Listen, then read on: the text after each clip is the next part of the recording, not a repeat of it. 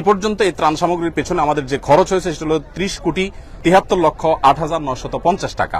খাদ্য সামগ্রীতে 30 কোটি, শিক্ষার জন্য 20 কোটি এবং গৃহ নির্মাণে 30 কোটি, ব্যবসায়ী যারা ক্ষতিগ্রস্ত হয়েছেন, ক্ষুদ্র ব্যবসায়ী এবং কৃষক যারা ক্ষতিগ্রস্ত হয়েছেন তাদের জন্য 30 কোটি টাকা খরচ করার পরিকল্পনা হাতে নিয়েছি। বন্যার পানি একটু শুকানো শুরু করলে 1 লক্ষ পরিবারকে 25 কেজি করে চাউল দেব ইনশাআল্লাহ। এবারের 2024-এর ভয়াবহ বন্যায় ক্ষতিগ্রস্ত মানুষদের পাশে দাঁড়াবার জন্য শুরু থেকে আমরা চেষ্টা করেছি। রাত দিন এখানে কাজ চলছে। আপনারা দেখতে পাচ্ছেন আমাদের পেছনে যে কার্যক্রম, এই কার্যক্রম সারাদিন চলছে, রাতভর চলছে এবং আমাদের আজকে 10ম দিন চলছে কাজের। আর এই জায়গাতে 8ম দিন, গত শুক্রবার থেকে আমরা শুরু করেছি এই জায়গাতে। আর পুরো কার্যক্রম আমরা শুরু করেছি অনেক আগে থেকে। পুরো কার্যক্রম আমাদের চলছে 10 দিন যাবত। আর এখানে আমাদের স্পেসিফিক কাজ চলছে 8ম দিনে। আমরা এই 8ম দিনে কোন জায়গায় দাঁড়িয়ে আছি, আপনারা যেহেতু এসেছেন আমরা আপনাদেরকে একটু আপডেট দিতে চাই। আমরা এ যাবৎ চাল কিনেছি আমরা 998 মেট্রিক টন, যেটাতে আমাদের খরচ হয়েছে 5,55,80,000 টাকা। আমাদের ডাল কেনা হয়েছে 200 মেট্রিক টন, যেটাতে খরচ হয়েছে 2,03,60,000 টাকা। আমাদের লবণ কেনা হয়েছে 112 তেল কেনা হয়েছে 200 মেট্রিক টন, সেটাতে খরচ হয়েছে 3,15,40,000 টাকা। আর লবণ কেনা হয়েছে 112.50 মেট্রিক টন, যেটাতে খরচ হয়েছে আমাদের 38,30,000 টাকা। এবং আমাদের খেজুর কেনা হয়েছে 120 মেট্রিক টন, যেখানে খরচ হয়েছে আমাদের 4,60,50,000 টাকা। আর সুগার অর্থাৎ চিনি কেনা হয়েছে 20 টন, সেখানে খরচ হয়েছে আমাদের 23,91,200 টাকা। চিড়া কেনা হয়েছে 40 টন, সেখানে খরচ হয়েছে আমাদের 22,51,000 টাকা। এবং পানি কেনা হয়েছে 100 টন, যেখানে খরচ হয়েছে আমাদের 9 লক্ষ টাকা। আর ভুসি অর্থাৎ গোখাদ্য কেনা হয়েছে 67.38 মেট্রিক টন, সেখানে আমাদের খরচ হয়েছে 2,29,06,750 টাকা। সর্বসাকুল্যে আমাদের মালামাল কেনা হয়েছে 1,857.88 মেট্রিক টন। ত্রাণ সামগ্রী কেনা হয়েছে এ পর্যন্ত, যেখানে খরচ হয়েছে 16,58,08,950 টাকা। আর আমরা পানি একটু শুকিয়ে গেলে, বন্যার পানি একটু শুকানো শুরু করলে 1 লক্ষ পরিবারকে 25 কেজি করে চাউল দেব ইনশাআল্লাহ। কারণ আমরা জানি যে বন্যার পানি শুকিয়ে গেলেই কিন্তু মানুষের কষ্ট শেষ হওয়া নয়, বরং অনেক কষ্ট তখন শুরু হয় নতুন করে।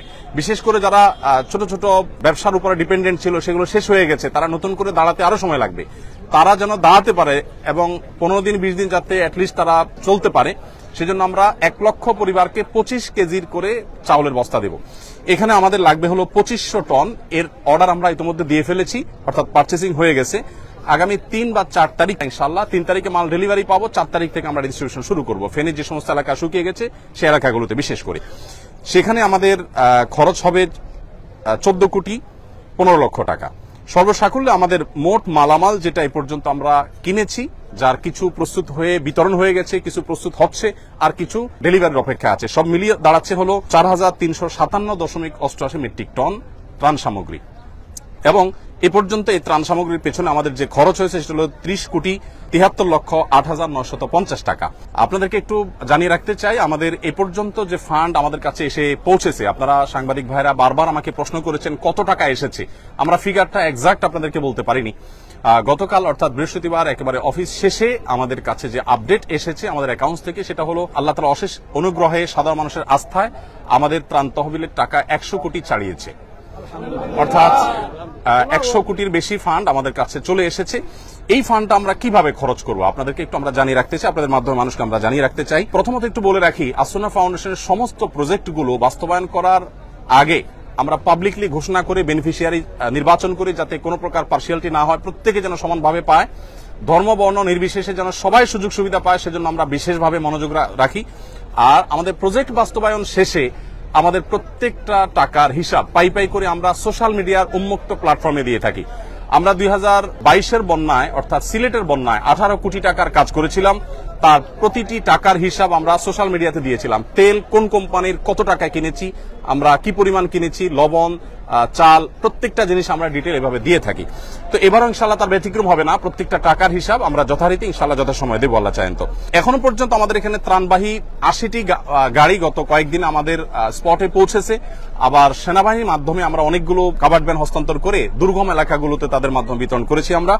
আজকে আমাদের এখানে যে কাজ চলছে, আজকে আমাদের এখানে সকাল থেকে থেকে জোহরের আগ পর্যন্ত 8টা কাভার্ড ভ্যান ফিল আপ হয়ে চলে গেছে এবং আজকে সর্বসাকুল্য আমাদের 23টা কাভার্ড ভ্যান ইনশাআল্লাহ ভরবে। এখানে যে কাভার্ড ভ্যান গুলো আছে এগুলো মাল আনলোড হওয়ার পর আবার লোড হওয়া শুরু হবে। একদিক থেকে আনলোড হয় আর দিক থেকে লোড হয়। এখানে প্রতিদিন 2 থেকে 2,500 মানুষ কাজ করছে, সবাই স্বতঃস্ফূর্তভাবে কাজ করছে। এখানে ঢাকা ইউনিভার্সিটির সম্মানিত প্রফেসর, সিনিয়র প্রফেসর আছেন, কাজ করছেন, আমি চিনি ব্যক্তিগতভাবে। এখানে বাংলাদেশ সেনাবাহিনীর কর্মরত ব্যক্তিবর্গ, সদস্যগণ তারা আছেন, কাজ করছেন ছুটির দিনে। আবার এখানে কয়েকজন হিন্দু ধর্মাবলম্বী ভাইয়েরা কাজ করছেন এবং আমাদের আজকে দুপুরের খাবার ছিল বিরিয়ানি। তাদের জন্য আমরা আলাদা খাবার প্রস্তুত করেছি, যেহেতু আমরা জানি আমাদের হিন্দু ধর্মাবলম্বী ভাইরা গরু গোশত খান না, তাদের উপযোগী খাবার আমরা প্রস্তুত করেছি এবং তারাও কিন্তু এখানে শ্রম দিচ্ছে। আমাদের একজন অটো রিক্সা চালকের সন্ধান আজকে আমরা জানতে পেলাম যে তারা ইউনাইটেড ইউনিভার্সিটি ওই জায়গা থেকে এইখানে কেউ ত্রাণের কাজে আসছে বললেই তাদেরকে ফ্রি তিনি আনা নেওয়া করছেন। তিনি আমাদেরকে বলেনও নাই, প্রকাশও করতে চান না, কিন্তু সামহাও আমরা জেনে গেছি। তো স্বতঃস্ফূর্ততা কতভাবে হতে পারে, কত ধরনের হতে পারে, সেটা আসলে আমরা আপনাদেরকে বলে বুঝাতে পারবো না যে মানুষ কতভাবে স্বতঃস্ফূর্তভাবে কাজ করতে পারে এখানে, সেটা এখানে চলছে। তো আমরা একটু আপনাদেরকে জানিয়ে রাখতে চাই যে যত টাকা আমাদের কাছে এসছে এবং এক্সপেক্টেড আরো যে টাকা আসবে, আমরা কিছুদিনের মধ্যে ইনশাআল্লাহ আমাদের ফান্ড ক্লোজ করব, অর্থাৎ এই তহবিলে আর আমরা ডোনেশন সংগ্রহ করব না। আমাদের প্রত্যেকটা প্রজেক্ট বাস্তবায়নের ক্ষেত্রে আমরা এই নীতিমালা ফলো করি। একটা নির্দিষ্ট সময়ের পর আমরা বলে দেই এই প্রজেক্টে আর কোনো টাকা দেওয়া যাবে না, আমরা অফ করে দেই, কারণ আমাদের একটা প্ল্যান থাকে, প্ল্যান অনুযায়ী আমরা সাধারণত কাজ করে থাকি। তো এবারে আমরা যেটা আশা করছি, যেটা করব, সেটা হলো খাদ্যে ইতিমধ্যে আমরা 30 কোটি 73 লাখ টাকা খরচ করেছি, যেটার মধ্যে 2500 মেট্রিক টন চাল আমরা 4 তারিখ থেকে বিতরণ শুরু করব। আর এর বাইরে কৃষি এবং ব্যবসা যে ক্ষতি হয়েছে আমাদের, কৃষকদেরকে তাদের পুনরায় কৃষি কাজ শুরু যেন করতে পারে, সেজন্য আমরা তাদেরকে অর্থ সহায়তা দিব। আমরা আসুন্নাহ ফাউন্ডেশন থেকে ক্ষুদ্র ঋণ, সেটা আপনার সুদমুক্ত হোক আর সুদযুক্ত হোক, কোনোভাবে আমরা সুদ ঋণ দেই না, বরং আমরা সম্পূর্ণ ডোনেশন দিয়ে তাদেরকে দাঁড়াবার জন্য আমরা সহায়তা করি। তো সেই জায়গা থেকে কৃষি এবং ব্যবসা বলতে ছোট ছোট ব্যবসায়ী, একজন মুদি দোকানদার, তার দোকানটা পুরোটা পানিতে শেষ হয়ে গেছে, তখন তাকে আবার একটা দোকান আমরা দাঁড় করে দেওয়ার জন্য কাজ করব। এই খাতে আমরা 30 কোটি টাকা খরচ করার পরিকল্পনা প্রাথমিকভাবে হাতে নিয়েছি, যে আমরা কৃষি এবং ব্যবসায় 30 কোটি টাকা খরচ করব। আমরা জানি যে প্রচুর মানুষ গৃহহীন হয়ে গেছেন। যারা গৃহহীন হয়ে গেছেন সেই মানুষগুলোর জন্য আমাদের পরিকল্পনা হলো যে আমরা 30 কোটি টাকা ইনশাআল্লাহ খরচ করব এই খাতে। অর্থাৎ যারা গৃহহীন হয়ে গেছেন, কাউকে হয়তো আমরা 10,000 টাকা দিয়ে সহায়তা করব, কাউকে 20,000 দিয়ে, কাউকে 1 লাখ দিয়ে। এটা ভ্যারি করবে যে কার অবস্থা কতটুকু, অর্থাৎ ক্ষতি কি পরিমাণ হয়েছে। কারণ আমরা জানি সবার একরকম ক্ষতি হয় নাই, কারোর একেবারে শেষ হয়ে গেছে সব, তাকে হয়তো 1 লাখ টাকা আমরা দিব। 1 লাখ টাকা বলতে 1 লাখ টাকা আমরা একসাথে দিয়ে দিব না, তাকে একটা নির্দিষ্ট সার্টেন অ্যামাউন্ট দিয়ে বলবো এই পর্যন্ত আপনি কাজ নিয়ে আসেন, তারপর আপনি দ্বিতীয় কিস্তি পাবেন, তারপর তৃতীয় কিস্তি পাবেন, যাতে করে টাকাটা পেয়ে গরিব মানুষ নষ্ট করে না ফেলে। এবং সমস্ত টাকা আমাদের অনলাইনে আমরা দিয়ে থাকি, মোবাইল ব্যাংকিং এর মাধ্যমে। নগদ কোনো টাকা আমরা সাধারণত দেই না, কারণ এখানে ট্রান্সপারেন্সির যে জায়গাটা সেটা তখন পরিচ্ছন্ন থাকে। কারণ যাদের মাধ্যমে আমরা দেবো তারা তো ভলান্টিয়ার, কারোর কাছে আমি টাকা দেবো সে আবার হস্তান্তর করবে, এটা আমরা করি না। আমাদের যে বেনিফিশিয়ারি, তাদের যে ডিটেল, সেই ডিটেল পাওয়ার পর আমরা সেই ডিটেল অনুযায়ী তাদের কাছে আমরা পাঠিয়ে দিব অনলাইনে, মোবাইল ব্যাংকিং এর মাধ্যমে। তাহলে কৃষি এবং ব্যবসায় 30 কোটি এবং গৃহ নির্মাণে 30 কোটি এবং শিক্ষায় 20 কোটি টাকা আমরা খরচ করার সিদ্ধান্ত নিয়েছি। কারণ আপনারা জানেন শিক্ষার খাতে আমাদের প্রচুর ক্ষতি হয়েছে, বিশেষ করে আমাদের যে সমস্ত শিশুরা, অনেকের আপনার বই পুস্তক নষ্ট হয়ে গেছে, পড়ালেখা পিছিয়ে গেছে, তাদেরকে আমরা স্বেচ্ছাসেবীদের মাধ্যমে কিভাবে পিছিয়ে পড়েছে তাদেরকে উদ্ধার করার, সেজন্য আমরা কাজ করব।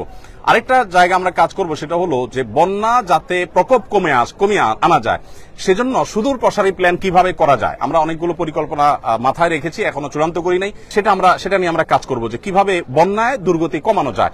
আমরা শুধু ত্রাণ দিলাম সেটাই নয়, বন্যার পানি যাতে নেমে যাওয়ার রাস্তাগুলো পরিচ্ছন্ন থাকে, খালগুলো যাতে পরিষ্কার থাকে। বিশেষ করে এটা সরকারের যারা সংশ্লিষ্ট দায়িত্ব আছেন তারা দেখবেন, নোয়াখালী, চৌমুহনী, লক্ষ্মীপুর এই এলাকাটাতে রাস্তার ধারে যে বড় খাল চলে আসছে, আপনারা জেনে থাকবেন, আমি ওই এলাকার ছেলে, আমি ছোটবেলা থেকে এই খালগুলোকে দেখেছি, এগুলো দখল হয়ে আছে, অর্থাৎ দখলদাররা দখল করে আছে এবং এগুলো নাব্যতা হারিয়ে ফেলেছে, যার কারণে এই যে বন্যার পানি এটা নেমে যাওয়ার জন্য মিনিমাম যে খাল প্রয়োজন সেটা পর্যন্ত নাই, যার কারণে দুর্দশা আজকে চরম অবস্থায় পৌঁছেছে।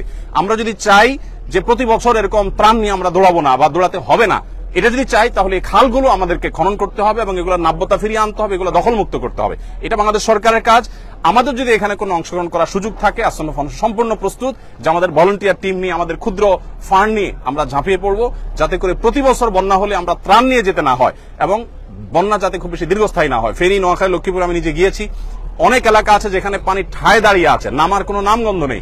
1 সপ্তাহ 10 দিন 15 দিন পর্যন্ত পড়ে আছে। তো সেটা যেন না হয় সেজন্য আমরা চেষ্টা করছি। ফাউন্ডেশন থেকে আমরা বিশেষ কিছু উদ্যোগ নিয়েছি, যে সমস্ত জায়গায় মোবাইল চার্জ দিতে পারছে না আমার বিদ্যুতের অভাবে, আমরা ভাসমান জেনারেটর এবং চার্জিং স্টেশন নিয়ে যাচ্ছি বিভিন্ন আশ্রয় কেন্দ্রে। দেখা যায় যে কলার ভেলায় করে কিংবা কোনো টায়ারে করে আমরা জেনারেটর নিয়ে যাচ্ছি। ইউনাইটেড ইউনিভার্সিটির এবং ইস্ট ইউনিভার্সিটি স্টুডেন্টরা অনেকে আমাদেরকে জেনারেটর দিয়েছে, এসিআই আমাদেরকে কিছু জেনারেটর দিয়েছে, আমরা নিজেরা কিছু জেনারেটর ভাড়া নিয়েছি। এগুলো দিয়ে আমরা আশ্রয় কেন্দ্রে একসাথে 30-40টা মোবাইল চার্জ দিতে পারছি। তারা 7 দিন 8 দিন পরিবার সাথে যোগাযোগ করতে পারছেন না। এবং সেই সাথে জেনারেটর দিয়ে আমরা অনেক বাড়িতে পানি তুলতে পারছেন না বিদ্যুৎ না থাকার কারণে। তাদের আপনার স্যানিটেশন সিস্টেম ভেঙে পড়েছে, তাদের ওয়াশরুমগুলোতে পানি নাই, তাদের খাবার পানি নাই। তো আমরা এক্ষেত্রেও ভাসমান জেনারেটর নিয়ে বাড়ি বাড়ি গিয়ে আমাদের ভলান্টিয়াররা তারা তাদের মোটর চালু করে পানি ট্যাঙ্কিতে ভরার ব্যবস্থা করছেন। এর বাইরে আমাদের এখান থেকে যে বড় কাভার্ড ভ্যানে মালগুলো যায়, সেখানে ছোট ছোট অনেকগুলো পিকআপে করে মালগুলো একটা পর্যায়ে চলে যায়। তারপর আবার অনেকগুলো ট্রলারে করে বা ছোট ছোট নৌকা করে ভাগ ভাগ হয়ে দূর দূরান্ত এলাকাগুলোতে চলে যায়। দুর্গম এলাকাতে সাধারণত ত্রাণ দেই আমরা, রাস্তার ধারে শহরে সাধারণত ত্রাণ দেই না। এবারও আমি যতবার গিয়েছি 2 ঘন্টা 2.5 ঘন্টা 1.5 ঘন্টা ভেতরে ঢুকে তারপর আমরা ত্রাণ বিতরণ করেছি। আমাদের কাছে যে সমস্ত ত্রাণের সামগ্রী মানুষ দিয়েছে সেগুলো কিন্তু আমি যে হিসাব দিয়েছি এর বাইরে, অর্থাৎ আমাদের যে 4300 টন আমরা ত্রাণ সামগ্রী দিচ্ছি এগুলো আমাদের পারচেসিং করা। এর বাইরে আরো বহু জিনিস আমাদের কাছে এসেছে বিভিন্ন প্রতিষ্ঠান থেকে, বনরুটি, পাউরুটি, কেক, গুঁড়ো দুধ, মুড়ি, পোশাক, মেয়েদের পোশাক, ছেলেদের পোশাক, কারণ আশ্রয় কেন্দ্রগুলোতে তাদের পোশাকের দরকার হয়, এক পোশাকে চলে আসছে। তারপরে বাচ্চাদের জন্য তাদের উপযোগী খাবার, মেয়েদের জন্য আপনার স্যানিটারি ন্যাপকিন, তারপর বিভিন্ন সাইজের পানির বোতল, জেনারেটর, রেডি প্যাকেজ, তারপরে লবণ, পানি, বিস্কিট, গুঁড়া দুধ, লুঙ্গি, চাল, সাবান, সুজি, বিস্কিট, স্যালাইন, এ জাতীয় অনেক জিনিস এসেছে যেগুলো বিভিন্ন প্রতিষ্ঠান দিয়েছে, সেগুলো সাথে সাথে আমরা পাঠিয়ে দিয়েছি। তো এ হলো আমার কাছে আপডেট যে 100 কোটি টাকা আমাদের ক্রস করেছে ফান্ড, সেটাকে আমরা কিভাবে খরচ করবো একটা পরিকল্পনা আপনাদেরকে দিয়েছি। আর পুঙ্খানুপুঙ্খ প্রতিটি টাকার হিসেব আলাদা করে আমাদের প্রত্যেকটা প্রজেক্টে যেভাবে করি ঠিক একইভাবে আমরা প্রজেক্ট শেষে ইনশাআল্লাহ আপনাদের মাধ্যমে জানাবো। আর ডিটেইল প্ল্যান যেটা সেটা আমরা জানাবো ইনশাআল্লাহ। আর একটা বিষয় একটু বলি যে আমাদের এই যে পরবর্তী কার্যক্রম হবে সেটা আমরা কিভাবে করব। আমরা অন্যান্য প্রজেক্টগুলো যেভাবে করি যে প্রত্যেকটা প্রজেক্টে আমরা উপকারভোগী নির্বাচনের জন্য কয়েকটা লেয়ারে আমরা কাজ করি। প্রাথমিকভাবে আমরা গুগল ফর্ম দিয়ে অনলাইনে বলি যে আপনার আশেপাশে যারা আছেন দুর্গত, অভাবগ্রস্ত, তাদের তথ্য দেন। যেমন বৈষম্যবিরোধী ছাত্র জনতার আন্দোলনে যারা মারা গেছেন তাদের জন্য আমরা ইতিমধ্যে বলেছি যে আমরা 5 কোটি টাকা বাজেট আমরা দিয়ে দিয়েছি, আরো 5 কোটি টাকা করার আমাদের স্বপ্ন বা পরিকল্পনা আছে। তো এইখানে কাজ করবার জন্য আমরা গুগল ফর্ম দিয়ে দিয়েছি যে আমরা কোনো লোক নির্বাচন করব না, আপনারা সাধারণ মানুষ সারা দেশ থেকে তথ্য দেন। তথ্য দেওয়ার পর এই বন্যার ক্ষেত্রে একই আমরা তথ্য নিব। তথ্য দেওয়ার পর যে সমস্ত স্টুডেন্টরা আছেন, কলেজ ইউনিভার্সিটি পড়ুয়া স্টুডেন্টরা আছেন, তারা অনেকে আমাদের স্বেচ্ছাসেবী, তাদেরকে আমরা এলাকায় পাঠাবো এই তথ্যগুলো ভেরিফাই করার জন্য। প্রত্যেকটা তথ্যের সাথে বাস্তবে মিলানোর পর তারা সুপারিশ করবেন, স্থানীয় ইমাম সাহেবরা সুপারিশ করবেন। এর পরের ধাপে এসে আমরা ইমপ্লিমেন্টেশন যাব, অর্থাৎ তাদেরকে উপকারভোগী আমাদের সেই সেবাটা আমরা তাদেরকে দেব, যাতে করে উপযুক্ত ব্যক্তি পান। এখানে মাঝখান থেকে কোনো সুবিধা যেন নিতে না পারে অবৈধভাবে, অনৈতিকভাবে, সেজন্য আমরা খুবই সচেষ্ট।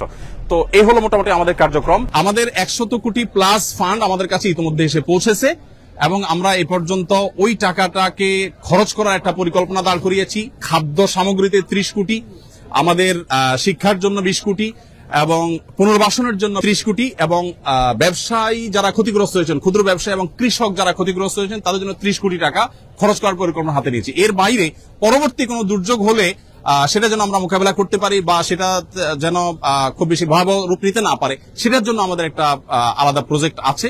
সেটার এখন আমরা চূড়ান্ত করতে পারিনি যে সেখানে আমরা কতটা খরচ করবো, এটা নির্ভর করবে ফান্ড আর কি আসছে না আসছে। তবে আমরা খুব শীঘ্রই ফান্ড নেওয়া বন্ধ করে দিব।